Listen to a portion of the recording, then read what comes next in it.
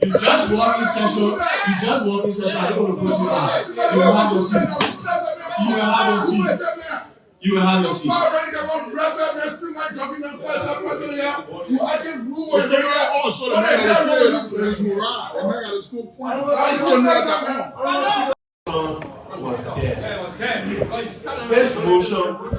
This motion I'm going to seize.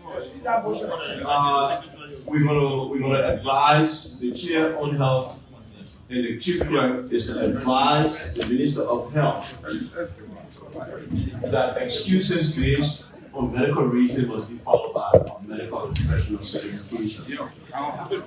She's in country. She said she is ill. I realize she is a doctor. She does not diagnose herself, and the doctor knows she has followed it. Because of the brevity and the gravity of the matter, I'm going to allow the deputy minister to proceed with the caveat that the minister will be advised on the procedure of the excuse here at plenary, and that advice must be written by the chief clerk and attested to by the chairman on health. It is so forth. Read the communication I brought the witnesses. No, hold on first. Swear in the witness. Now, who is the deputy minister that is representing the minister? You are deputy minister for what? And you are qualified to speak on the matter of personnel? That was sounded good. All right, we will allow that. The signer has to swear in your witnesses. Information. I think the motion had made a motion was seconded. So the fact that the motion was seconded, that motion, I have a problem with that. We seize the motion. We seize that motion on the protest on the chair's decision. Okay, thank you. Information on the Thomas. Thank you, Mr. Speaker. Fellow colleagues. My understanding, and I stand to be corrected, that the personnel department at the Ministry of Health should fall directly under administration, that is the direct supervision of the Deputy Minister for Administration. So if that is correct, then I think the Deputy Minister for Education, for Administration should be adhering that policy completely that has no direct oversight over personnel. Information denied. Information denied. The minister, who was well aware of the reason why she was appearing, is the best person to designate who can address plenary on this subject matter. She has designated her deputy minister of plenary, and so we will take that testimony. Please swear in the witnesses.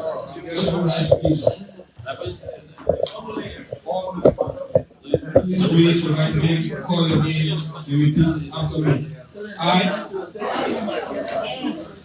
do solemnly swear the testimony I'm about to give as it relates to this hearing will be the truth and nothing but the truth. So help me God.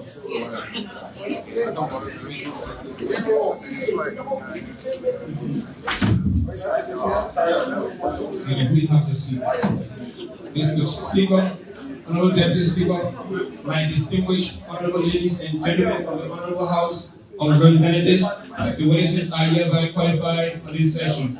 Thank you very much. The chief clerk will read the letter that brought the witnesses. Honorable Biana, welcome.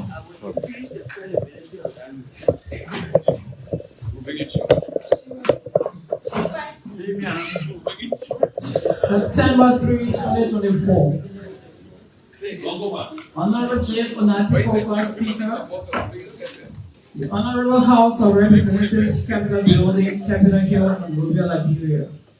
Reference: Pension of Essential Healthcare Personnel.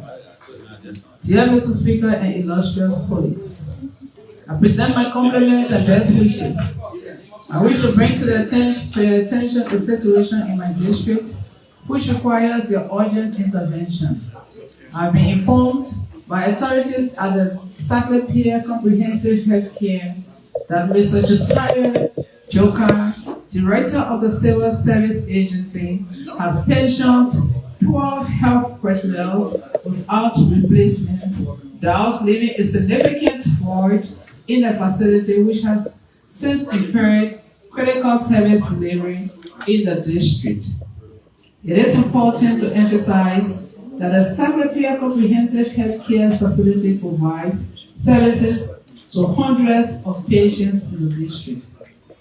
I am therefore imploring plenary to mandate Mr. Josiah Joker to temporarily suspend his action pending replacement of the 12 pension personnel to avert the suffering of the people and end the bid to restore calm and hope in the population. Kindly accept the assurances of my usual highest esteem in the premise. Sincerely, Honorable Musa Hansa Biliti, Representative Electoral District 7, Lima County, and Chairman, Houses Committee on National Security. Mr. Speaker, the invite. September 6, 2024.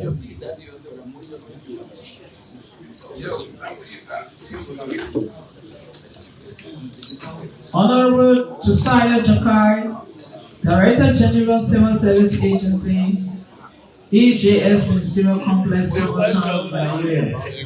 Dear Honorable Jokai, I present compliments arrived by the writers of the Honorable House of Representatives in Special Session to request your appearance before its plenary on Tuesday, September 10, 2024 at 10 a.m. Your invite, sir, is prompted by a concern raised by Honorable Musa Hassan Biliti, Representative Electoral District 7 in my county, about the laying off of healthcare workers and professionals in his district without corresponding replacement. He alleges that the action to pension the healthcare workers has created professional void in the district, with a resultant adverse effect on the rights of the population.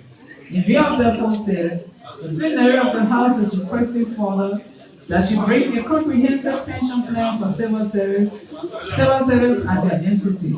At the same time, we will also address similar issues during appearance as it relates to a payroll pay-off exercise carried out at Yekeh, FDA, labor, and other areas covered. Thank you for your usual and kind cooperation. Sincerely, C. Commerce Chair, Acting Chief Clerk. Mr. Speaker, Mr. Deputy Speaker, Honorable ladies and gentlemen, now is a reading of the communication that prompted the invite of our guests before us. And that was the content of the invite sent to our guests that are currently speaking. Thank you. Okay, Honorable Biliti, you want to take 2 minutes to elaborate on your request?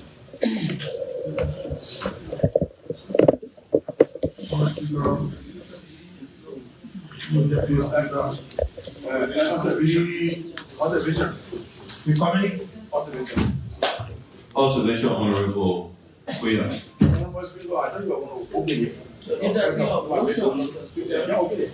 We've already invited witnesses here, so we're not opening it up for discussion because the witnesses are already here to testify the message of all the witnesses.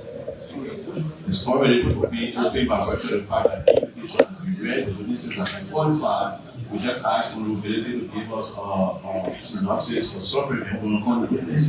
Once we call the witness, if you read the rules, the speaker is in charge of managing the jury. That's the rule. And the speaker is actually leading the floor.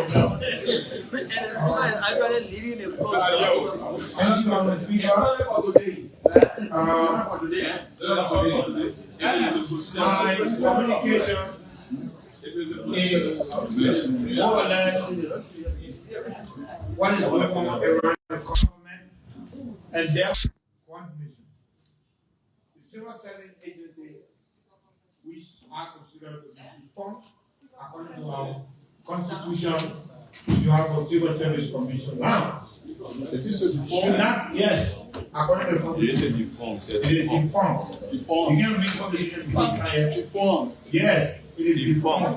Deformed. Amen. I think you have money from there. Gentlemen, now working. That's very clap. therefore, the civil service agency should coordinate properly with the Ministry of Labor, because under this condition, it is the legal arm of government that should tell it how to proceed in pensioning people. Because these are workers, therefore they fall under the Ministry of Labor, and therefore the labor law must be applied.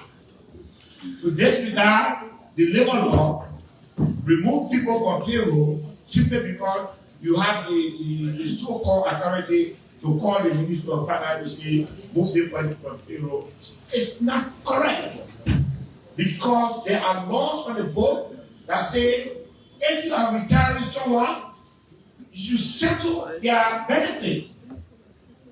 They should receive their payment and then you tell them, I'll let you go.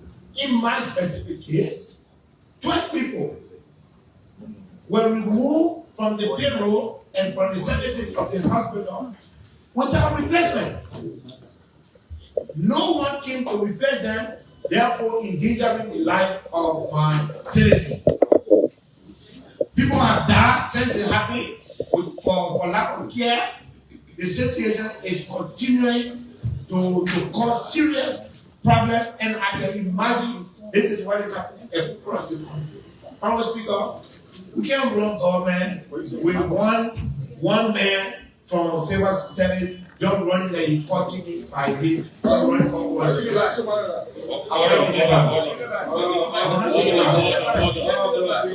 want to think about it. I think we agree with the agenda that we treat each other with mutual respect. So you take it back. All right. That about reckless treatment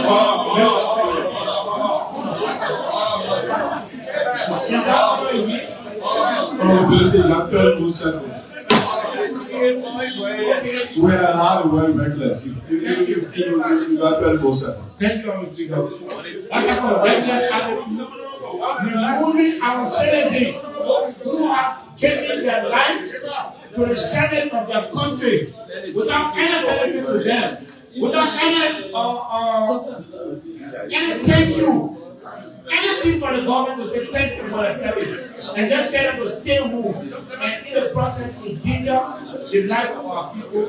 Our Speaker, we need to call the civil service in order and tell them that before they proceed to remove civil service, all legal requirements as prescribed in the labor law must be met, and the Ministry of Labor must be authorized to work with the civil service agency to make sure that these things have been adhered to before their action comes into effect.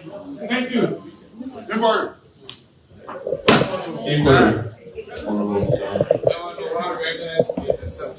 Mr. Speaker, that is distinguished colleagues. Mr. Speaker, I would suggest that we set the record straight. Specifically with the words being used, no, not just reckless, but the fund. If we're going to accept and the journal is going to carry the word deformed, it means that the CSA no longer exists, and for that reason, the CSA must not be declared before this body. So it's good for us. It's good for us to correct that, so the journal can carry it appropriately. Equally tonight, the use of the word defunct was the personal opinion given by the lawmaker. The property of the communication. Yes, and he is allowed to say that on the floor. His saying it does not in effect make it so. By virtue of the fact that the guy was there and the civil service director is the use of the word defunct by a mere lawmaker does not make it so. The civil service board. take it back. Okay, please take it back. Take it back. I'll take it back. The chairman of national security. Information,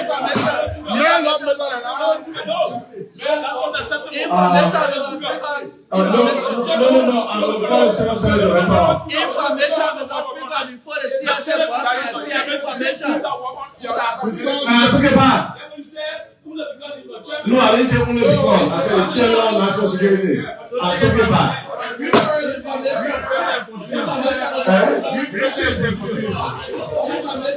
Information, Honorable Thomas. A few weeks ago in leadership, the issue of CSA was being discussed, and the matter is right now before the Committee on Judiciary. We are working seriously to ensure that the act establishing the CSA Commission will be brought before this body. Until then, the CSA remains viable, it remains a legal institution that will operate in the I'm not sure what that was, but it's denied. The Minister of Justice was asked for legal opinion, which we have not yet received.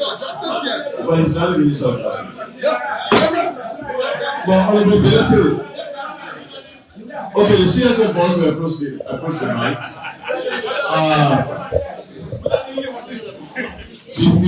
Before you come in, I want you to understand.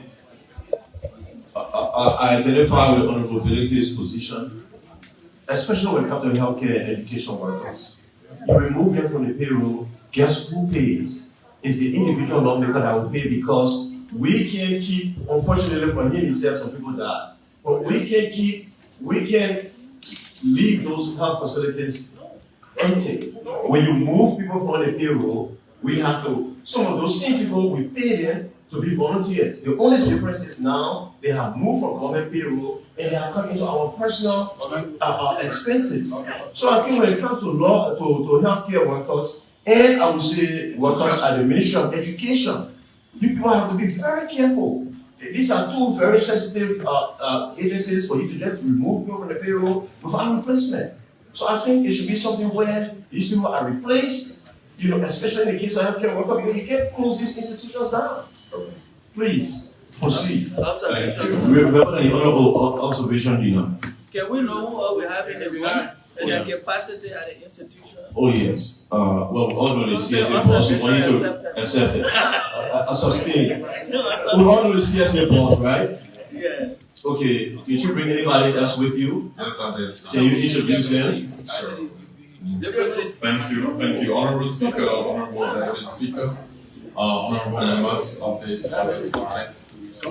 Thank you for inviting me today to come to address two crucial matters, issues relative to the ongoing fiscal year 2024 retirement and pension scheme, and to provide additional updates on the ongoing employee verification and headcounts across government functionaries. Today, I'm here with the Director of Policy Reform, Mr. Mobayoba, at the Civil Service Agency. I'm also here with members of our communication team up there. And then we... How many other communication team get, like our whole squad? No. I only have 3 persons. Just 3 persons. All right. And then also have Liga, she's here. Our legal person is like here. So, Honorable Speaker, based on the gravity, like you said, this is very important. I'm concerned too. I share the same concerns with you and Honorable Ability, and that's why I will appeal to you and members of this honorable body to please. Order. The order is that you ask the honorable gentleman for introduction, and all of those honorable. Oh, Mr. Speaker, now let me tell you something in the proper just asking people. Let me tell you, Mr. Speaker. No,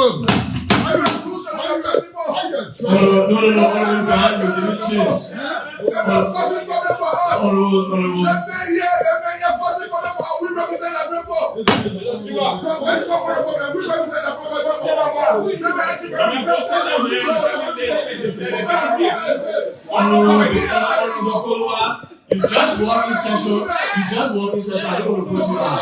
You will have your seat. You will have your seat. You will have your seat.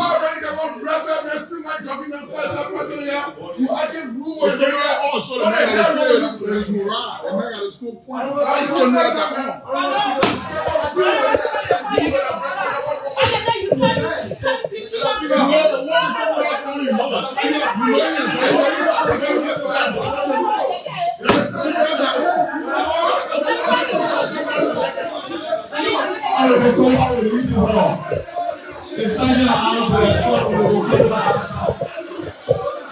The sergeant announced the escort of the Kolubah outside. The sergeant announced the escort of the Kolubah outside.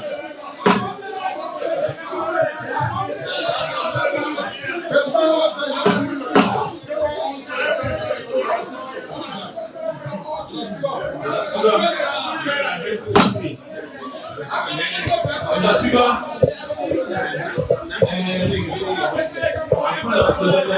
distinguished colleague.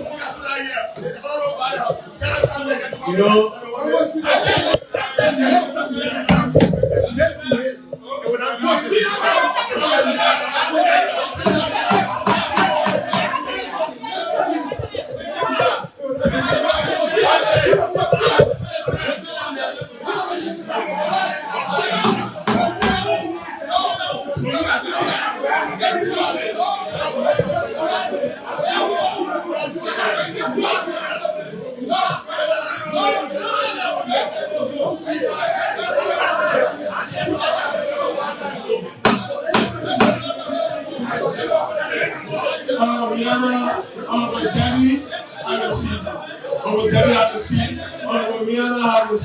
Honorable Kelly have a seat, and you put a letter on the floor.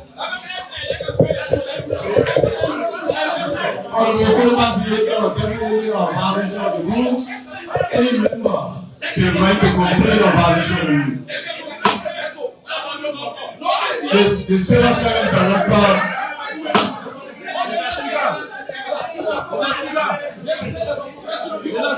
Put a letter on the floor.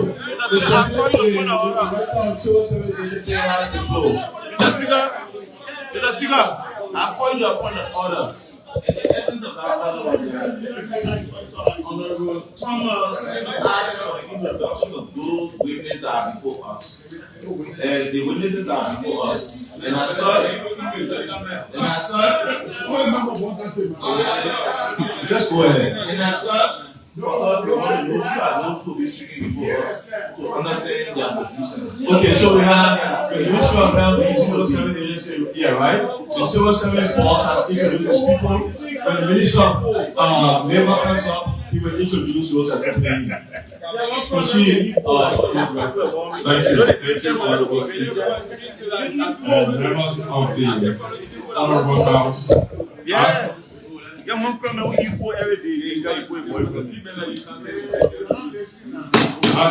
we started, Honorable Speaker, I indicated that I share similar concerns shared by you and Honorable Deputy. And because of the significance of this matter, I brought, in keeping with the request, because they said I should bring a comprehensive plan for the 2024 retirement scheme. I have that which I will present to you this year, and I will ask you to please allow me to just read the plan to the body so that we can understand some of these issues and better clarify the concerns that you have. Rather than reading it, can you just summarize some things that was in it, okay, and how it relates to the people being retired, removed from payroll in Honorable Abilities District? Thank you.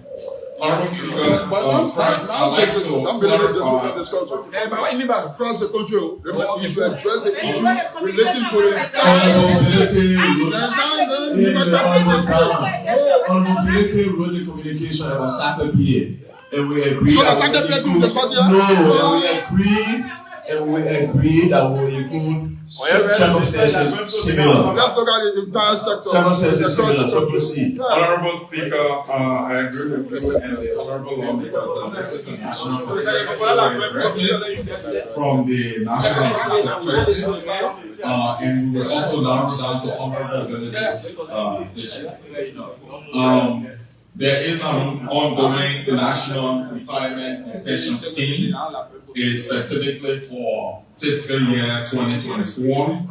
Prior to the initiation of this pension scheme, Honorable Speaker, we have so many of our hardworking citizens who were retired about 4 or 5 years ago, but none of them ever received handshake. They did not also enroll them into the pension payroll, so they are not benefiting from the retirement exercise that happened before 2024. We have so many of them. So those people, including the almost 2,000 people who have qualified across all government functionaries to be retired, are being considered for enrollment into the pension payroll as of November. Honorable Speaker, as I speak to you, the Civil Service Agency is working directly with the National Social Security and Welfare Corporation on this National Retirement and Pension Scheme. To date, no potential retiree has been removed from the payroll. Our plan took into consideration 3 months of those concerned to stay home and receive their regular salaries in the form of handshake. Because, Honorable Speaker, as you, the Honorable Deputy Speaker, and members of the Honorable House are aware, the government faces serious resource constraints to provide handshakes to all of these 2,000 plus people, including all those who were retired as far back as 2020 till now. We do not have the money to provide the handshake. And so what NASCA and CSA decided was that don't let the people work for the 3 months, because handshake is supposed to be free. It's not supposed to be something you should go to work for. Allow them to receive their salaries for the 3 months and process them appropriately so that seamlessly, as we arrive at November 1st for that matter, their C1 forms will be filled out by all the government agencies, commissions, so that they are enrolled directly into the national pension payroll. What does that mean? By 25th November, they will all be enrolled, including those retired from 2020 who have not been receiving pension benefits. They will all be enrolled into the pension payroll up to the 15th of November. On the 25th of November, they will all begin to receive their pension salaries. This agreement is between CSA and NASCA. When we made the agreement, Okay, so the healthcare worker is being retired, and at that point, they are not supposed to work because you will use the 3 months to pay them the handshake. Correct. Who's doing their work? Who's at the clinic? So it's across the government. We communicated effectively in July early with all the government agencies. We have a copy of that circular memorandum telling them to inform those concerned about the plans for the retirement. The question is, hold on, you have come to answer. The question is, you had an agreement with the 2 agencies that you will let the person not work, but accrue the pay. Who is working in the place of that potential retiree who's waiting to get benefits? Who's in that position? Honorable Speaker, we will not have people to fill all those positions, but we have been working with the entities to move employees around, resources around. When I say resources, resource individuals around the entities to fill in to hold as a placeholder until they can be appropriately replaced the moment we move all of them into the national pension scheme, because we don't have resources. It's in the middle of the fiscal year. You cannot employ people immediately because they are still receiving the salaries. But in the case of honorability, I think the Ministry of Health is willing to work with them in that specific case and a few more around. Some of the entities, the CSA has been working with them in terms of what to do. That's why you have not heard any uproar or any nurses around, because we've been working with them to coordinate with them to move employees around until they are moved into the pension payroll. Honorability.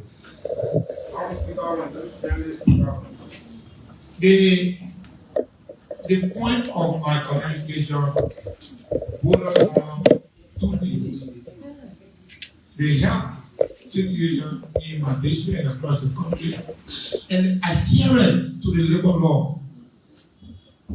What is the procedure to retire people? Was that law followed, or is the CSA now representing all the other agencies acting on its own? Because to have health worker replaced, the Ministry of Health is supposed to inform you that we have the replacement, we are ready to go, so that you can go ahead and do it.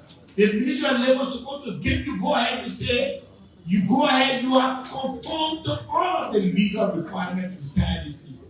The point is, that is not being addressed by the witness, from the speaker.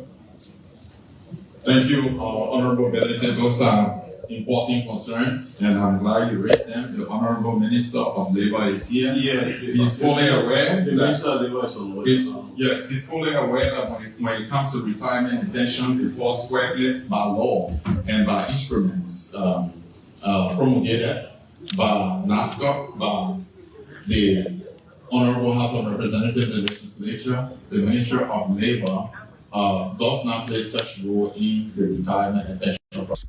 And I can provide you, Honorable Belly, the comprehensive retirement plan you requested for. They will provide that to you. We will take the Minister of Labor is a lawyer, so yes.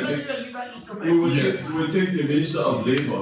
So let's give the Minister of Labor.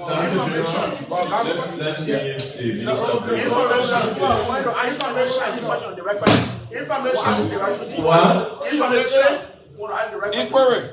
Please, you want to ask the Director General? Yes, sir. Okay, go ahead. Hold on. Let me ask a question, then you get it.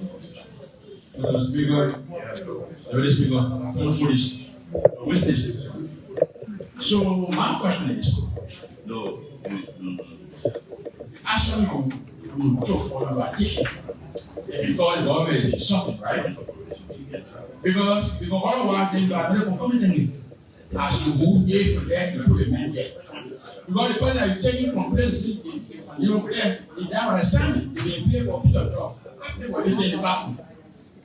You are teaching in the classroom, teaching you move from there. You are not sure about replacing. Maybe that's in the front of fish. So are you going to go on no money or you don't money family? Inquiry. But he has to answer the question, but Mr. Honorable Speaker, I actually wanted to read the retirement and pension plan, and it will take care of almost all the concerns. Everything is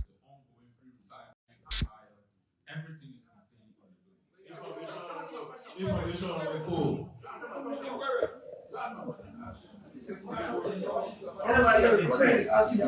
Mr. Speaker, distinguished colleagues, my information borders on the communication written by Honorability. He was specific that the action of CSE led to the death of our citizens. And you are asking the CSE's boss, up to current, what have you done to mitigate this situation, to prevent more death? We have not had the answer to that. The second information, part of that information is, the CSF boss is before us, informing us that this body legislated law that he's acting on. And I want to provide to the colleagues, as far as I know, and research has established, nothing in this country that has to do with Article 89 that says Civil Service Commission shall be established per the Constitution. We have not done that. So I want to remind the Civil Service boss that his honor of whatever testimony he provides here, he will be held accountable. Thank you. We'll take the Deputy Minister of Health on this issue of retiring health workers. Again, I'm still concerned about the viability of the institution, the clinic, or the hospital. When you retire people and you have nobody to replace them, what is the plan and how is it? Because I would rather have, what is the retirement age, 65? 65. Okay, 60. I would rather have a 65-year-old person still on the job doing the work while not getting to have anybody there. So the Ministry of Health, can you? Honorable Speaker, if I may. No, you may not. I called on the Deputy Minister of Health.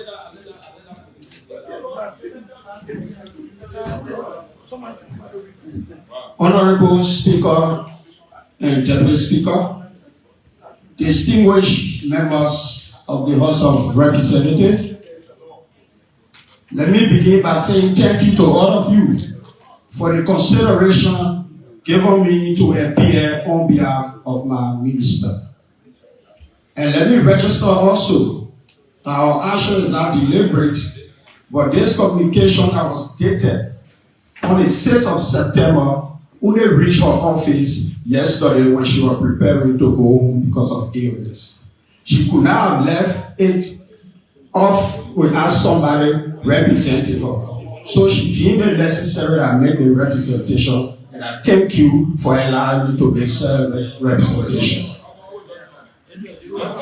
Honorable Speaker, Honorable Deputy Speaker, distinguished members of the House of Representatives, your concerns are similar to the concerns that we have. However, the issue of pensioning civil servants is squarely in the prerogative of the Civil Service Agency. And they have communicated with us and we have collaborated. But the issue here is, how do we fill in the gap? And our approach to it in the interim, while it's true they have given us a remedy that after the 3 months, there will be new replacement for those who are still. Honorable Speaker, you think that men won't know how to distill, right? Just say that you distill it. What happened?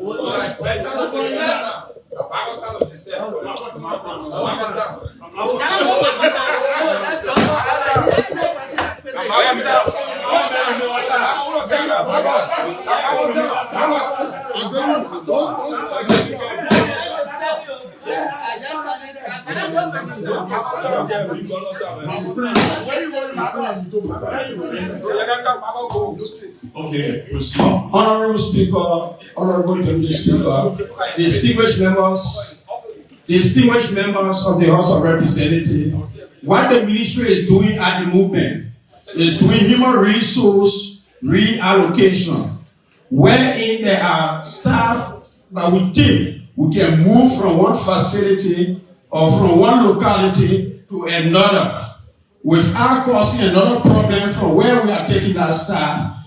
We will take the staff from there and reallocate the staff. But is this measure a sustainable one? No, we are challenged. Inquiry, Honorable. The proposal on mobility. I want the minister to give us his reliance, what law that he relies on to say the act of retiring civil servant is solely the prerogative of the CSA. I mean, he could be charged for abdication. What kind of crime is that?